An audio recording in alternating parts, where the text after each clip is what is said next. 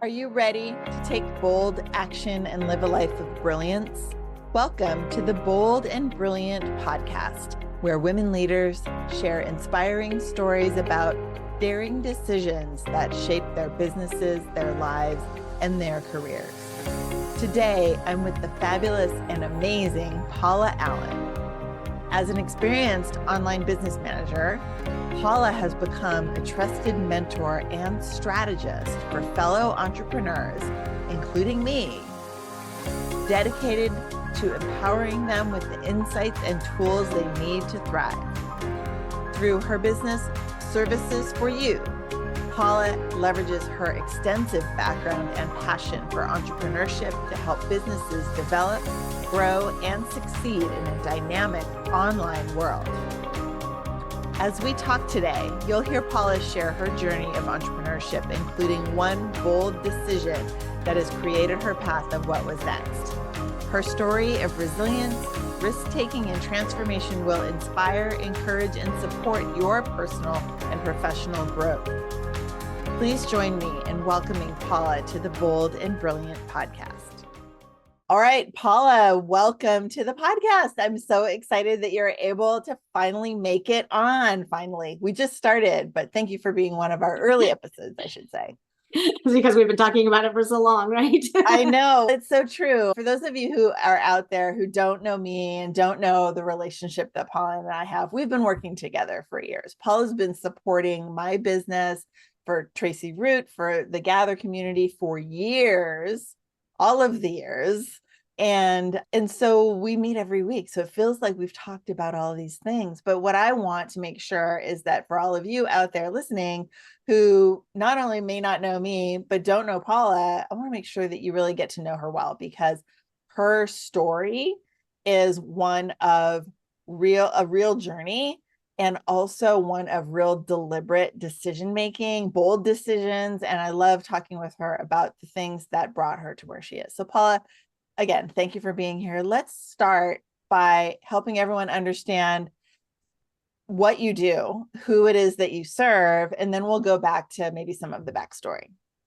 Sounds good. So I am an online business manager. Most of my clients are entrepreneurs that are online, mostly women, because that's who I connect with the most. And I've done a lot of networking and I know a lot of people, and I just love working with women. One of the reasons I got into tech was because the women were just not getting their stuff out online. So that's my big passion. I just loved that when they get their stuff out online, and I don't like the tech to hold them back.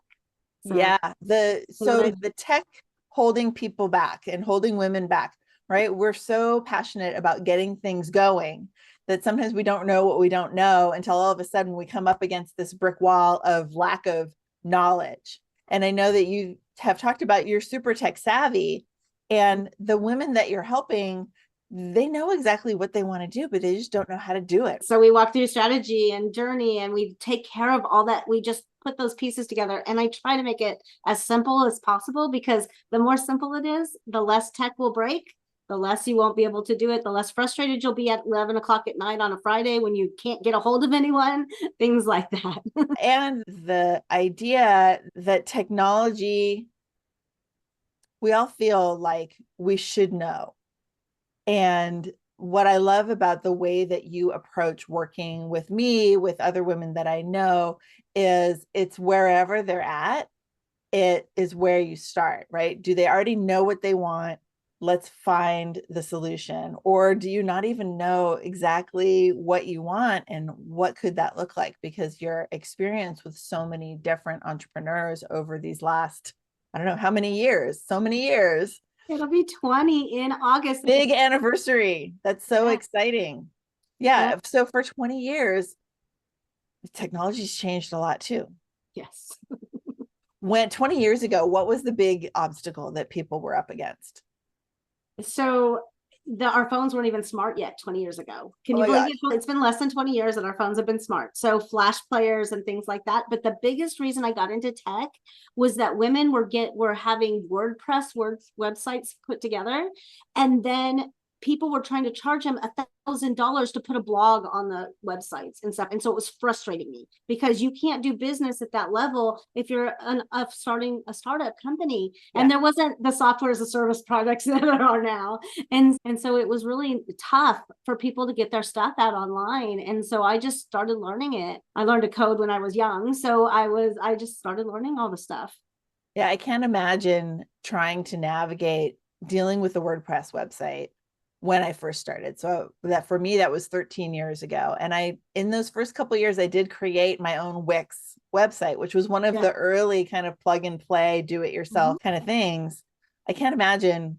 Yeah, it would be so frustrating to hire someone to create your dream online and now really nickel and dime you for every little update because you literally couldn't figure it out for yourself. Basically started teaching people how to do it and doing it for them and that kind of stuff. And that's how we started in the tech part. You not only meet people where they're at, but you will help them in whichever way is best for them. You do trainings, you do come and ask me anything hours, wherever people are at, they can ask you questions just out of potential clients, but also out of the goodness of your heart because you are so passionate about the mission that you've created for yourself. Yes, definitely. I just want people to be out online and help them do it.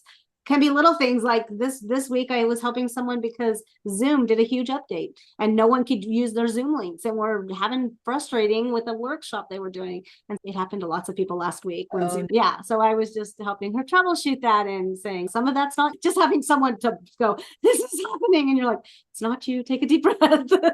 I used to be the person that tried to put out all the fires and control it all. It's not that, you can't do that. I learned that very well, very early on. And just helping other people. You can't control everything, especially in this online world, right? It's like sometimes you can't control that. If Zoom doesn't update the day before your meeting and deletes all your links, so we got it. Everyone got on almost. Yep, it all worked out okay. I hope for your other clients it worked out okay too. Actually, we're turning it into a good opportunity to be able to reach out personally and say, hey, this is what happened. Make sure you do this. Yeah.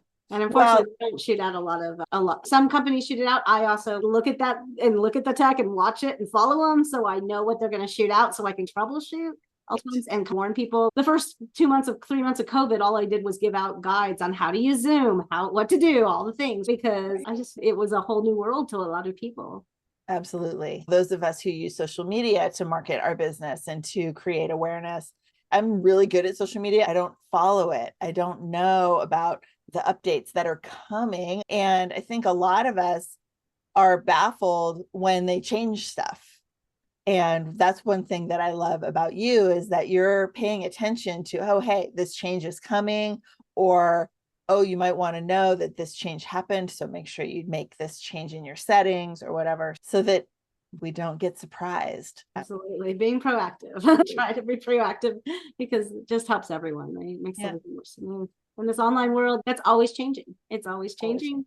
I wanted to touch on, I know you just mentioned that you work a lot with women entrepreneurs, but in lots of different fields. You work with a lot of coaches and you speak the language and all of that. For people who aren't in that community, what other kind of businesses have you worked with so people know that you know their languages too?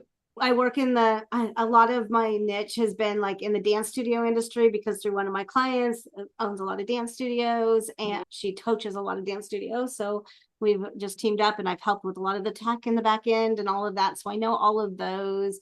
I work with anyone who wants to learn Go High Level. So I have all kinds of businesses. I do have a Go High Level agency. And I keep up with that tech. And one of my sweet spots is just what we've been talking about is teaching people how to use it and utilize it for themselves. So not only the people that are on my platform, but I do it for anyone. Tomorrow I get to go see a chiropractor here in town locally and help him with his Go High Level. So that'll be fun.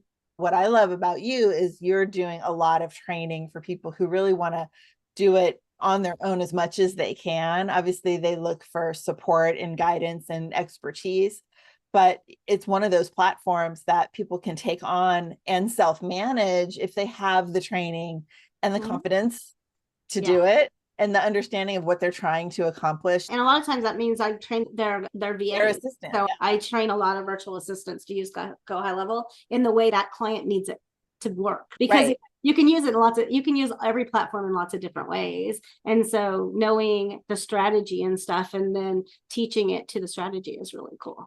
Yeah, I love that. It reminds me of when we first started working together, when we really made the shift for the Gather community. And what you asked me was, what do you want?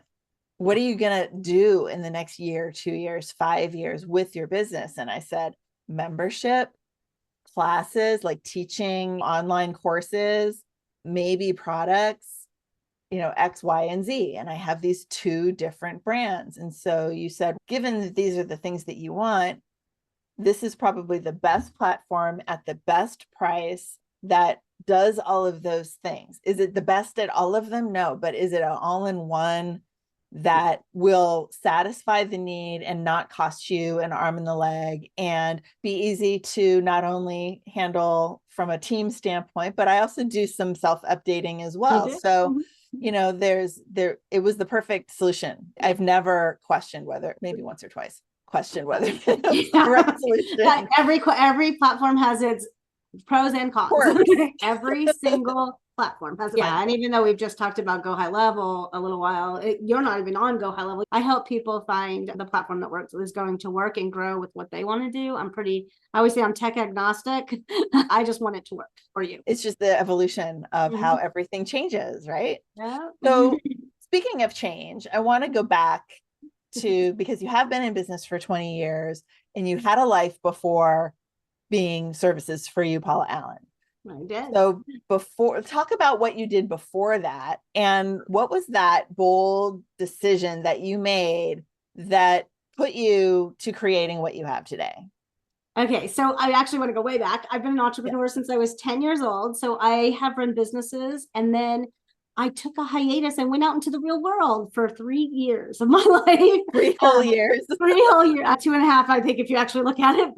And I ran a daycare center for a little while. And then I was an executive assistant for a nonprofit, and I helped them start and get all their nonprofit stuff and everything else. And at that time, I wasn't making enough money. I was a single parent to 3 teenagers, and they eat a lot and need a lot. And I needed to make more money, but I wanted to do it at home because I've never left my kids before. My first business was a home daycare. So my kids were raised at home. And so they weren't used to me being gone. And so I didn't want to leave them any more time. And I was like, what can I do? What can I do? And it was the beginning of the internet world. And I found transcription. And so I started working on these teams for transcription. And I did it for about a year, got really good at it. I was managing one person's team. That executive assistant job, I talked them into letting me work from home so I could do everything all at once in one place. And one day I said, things just weren't working well in anything I was doing. And I'm like, I'm going to go do this myself. And so I literally looked at my daughter. She was sitting on the couch. She was 16 at the time. She was the only one home. And I said, we're either going to be on the streets or we're going to eat and we're going to have a roof over our head next month. I don't know. And I sent 30-day notices to 2. Actually, it was about 3 jobs, but one of them wasn't that big. But yeah, on the same exact day. And so I had to make it. I had 3 kids at home that liked food. And so I figured it out. It was really hard as a single parent to make that decision. I bet. So had you been thinking about it for a long time before that day, and was there a straw that broke the camel's back that day? Or was it just I don't know what it is, but today's the day. Yeah. So I'm a planner in my head for months before I do anything. So it looks like I might take a big leap, but I have it worked out. And I knew I had enough money to keep us going for a little while I got it going. And one day I just said, why am I still doing this when I know this is what I'm going to do? And I was like, okay, today's the day. And I probably said tomorrow I'm a calendar person. I'm like, on the first of the month, I'll give them 30 days notice, that kind of thing, and figure it out. And so I planned. And did you end up staying with them that whole 30 days? I did. Yes. Both of them I stayed with the 30 days, and I actually stayed on doing some other stuff for them. I just moved out of running roles. One of them, I trained someone else to do what I was doing. That was the nonprofit. I trained her to do what I was doing and showed her how everything was set up and everything. And the other one was a transcription company. And so the owner had to take back over. And I had to send out an email telling them that I had a non-compete agreement, because non-competes are big things. But I've always been provided for. It was cool how everything worked, because that was a transcription company that I started at first. So you just said something about a non-compete. So you just couldn't call on those same clients. You found Yeah. other clients. Yeah, absolutely. Got it. It wasn't that you couldn't start the same type of work. No, I was a contractor. I'm not a very good employee. I found that out about myself. You tell me I have to be at work from 8 to 5 and do my work job, I'll be grumpy and not wanting to do it. You leave me alone and I'll come to work from 10 to 10. It's funny to think of the employment versus working for ourselves and the ability that we have to focus when it's something that we really are caring about. When I was doing that transcription company, it was the boom of when everyone was writing their own autobiographies. All the big wigs were, and it was a big thing. And so we were transcribing tons of those through interviews because they were ghostwriting. Yeah, it was fun. That's fun. I'd love to know what you worked on, but I guess you can't tell me. I can now. So maybe they're all out. They're all out. They've been anyone interesting? Anyone interesting that you learned about that had an impact on you? First of all, we did a lot of internet startup companies and stuff like that. So I learned a lot about business. One of my clients was really in that world. And so that startup world in Silicon Valley and stuff, I was living in California at the time. So I wasn't too far from Silicon Valley. And it was really interesting to learn all the business stuff and so it was fun. I called that my daily classroom. We did Harvard Business School stuff from their lectures. That was fun. I learned so much. That's why we do all this personal professional development reading, is to get to learn from their experience, but to do it like right when it was happening. That must have been amazing. Yeah. So you decided one day you didn't just pick up and leave. You gave them notice, but you knew that you wanted to create something different. You started a new transcription company. How long did you do that company before you got to creating what you have now? So it morphed into the VA world. So that was the early 2000s. The transcription was a big thing. It was huge. There was lots of stuff out there. We actually grew to 6 figures in 16 months because I got a very lucrative contract with a company that remember when I said those smartphones weren't smart yet? Yeah. YouTube was just coming out, and YouTube used to have PDFs underneath them. If you haven't been around that long, downloads for 2 reasons. One, the flash players didn't work very well, so some people couldn't use them. And other was they didn't think people would watch video more than they would read, because the world hadn't changed all the way yet. Yeah. And so we were one of the preferred providers for those transcripts. And so that was fun. And that launched my company. I had 65 transcriptionists working for me at one point in time and everything. And it was a lot. My kids were like 80 hours a week. I was on that computer and I started getting carpal tunnel. It took a long time, but I started helping entrepreneurs because I was seeing that my clients needed more than that. They were getting locked out of their WordPress sites. We were doing all kinds of things. I just started supporting them in that way. And I saw the transcription world go down. I don't know if you guys remember, I think it was the fall of 2011. It might've been 10 when the government shut down for 3 straight weeks. Yeah, it rings a bell. It was a crazy time in my life, but yeah. The government shut down for 3 straight weeks. It took me about a week, or my whole team, to get a week to get caught up on everything we were doing. And then all of a sudden it was like, where's the work? And then the internet, the iPhones and all of that stuff, it was right after that everything started exploding in a different way. And I could see the transcription world going away. All the electronic health records went online. So there wasn't as much of that kind of transcription. There was a lot of difference. I could see it. So 2 of my girls had teams that worked under them. So I had 65 transcriptions, plus they had teams sometimes, and they were taking a lot of my work. And so I transitioned out of the transcription company by selling it to them and staying on for a year, but with stipends. So I had a monthly retainer and I trained them exactly how to get work and all the things, because getting work has never been a problem of mine. And so I trained them on all of that and where it was coming from, got them on those vendors and all the things. So it was that. And then I moved my company into a virtual assistant agency. That's amazing. Was that a thought when you created your first business? Did you think, I want to build this so that I can sell it and then I'll start something new? Is that your entrepreneur mindset? Or it wasn't. Now it is. Now I'm like, how do I transition out? But I think it's the age, right? So I'm a lot older than I was then, and I don't have children at home that need to eat. I just go to their house and eat now. And they're the ones with all the kids and the fun. And yeah, at that time I wasn't, but because I studied so much business and stuff, I could see what was coming. I can usually see what's coming.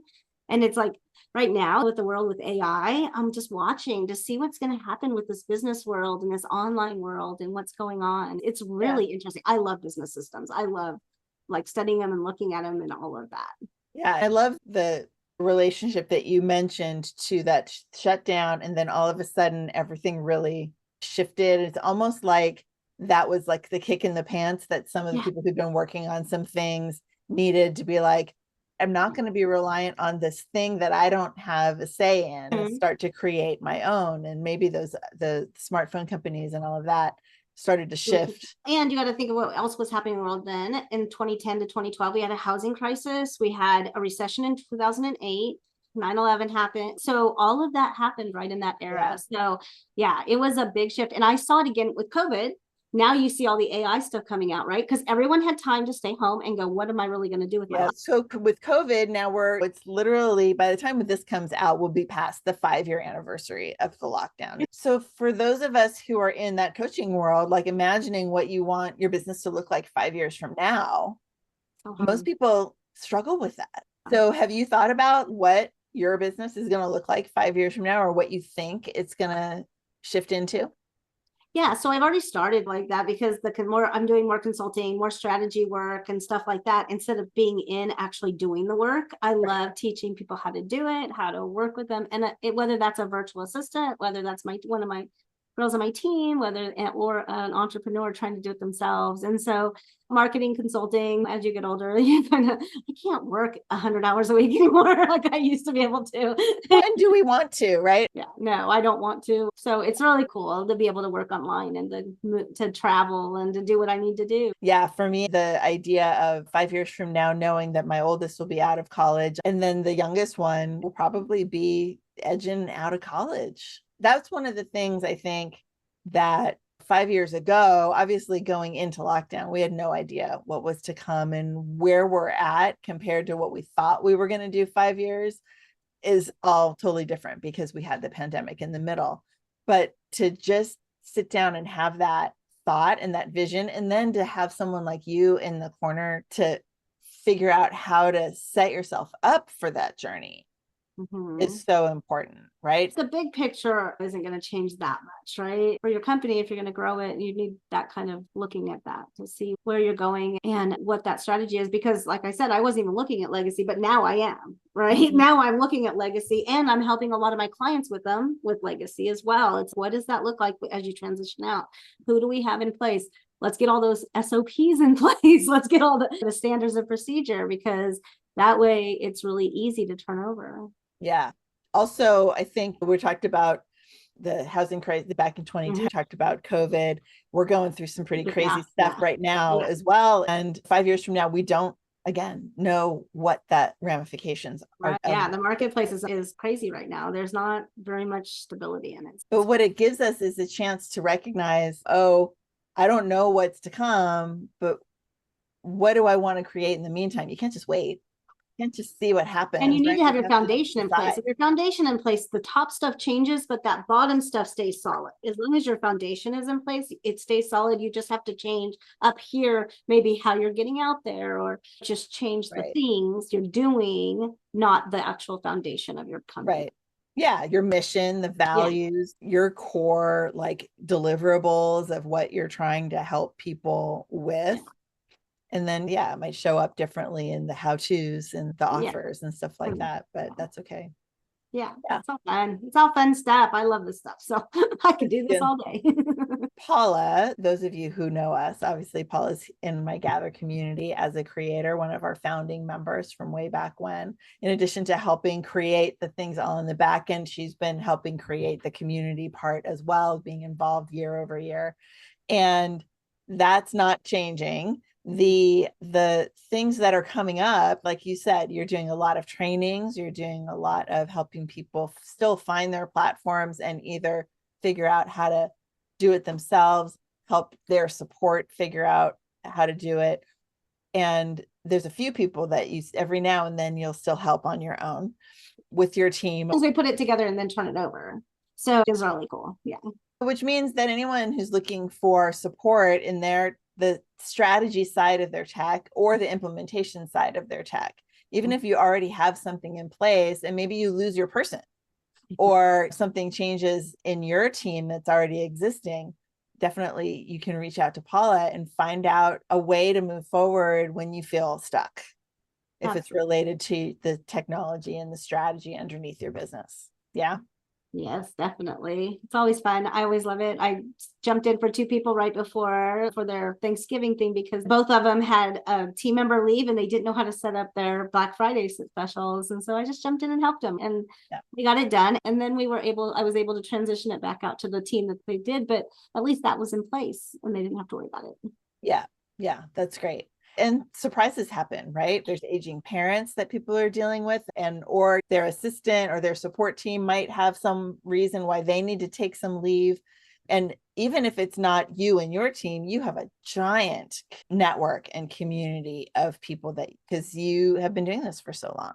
Yes. Yeah. So I know tons and tons of VAs and people that do different things. And I'm always referring people out to those communities and that kind of stuff. And Go High Level actually has their own certification team. A lot of software as a service do have certified partners where they have people like VAs that are on staff or that are trained to use their products. Yeah, so not only you and your expertise and your team and your years of knowledge, but your resources are extensive. Yes, Yeah, I'm always happy to refer people out, give them a bunch of names and say, these people are people that I know and I vetted and that have done work for lots of my friends who've been around for a while. There's a huge communities that have been around for a while. Yeah, absolutely. Okay. In every country.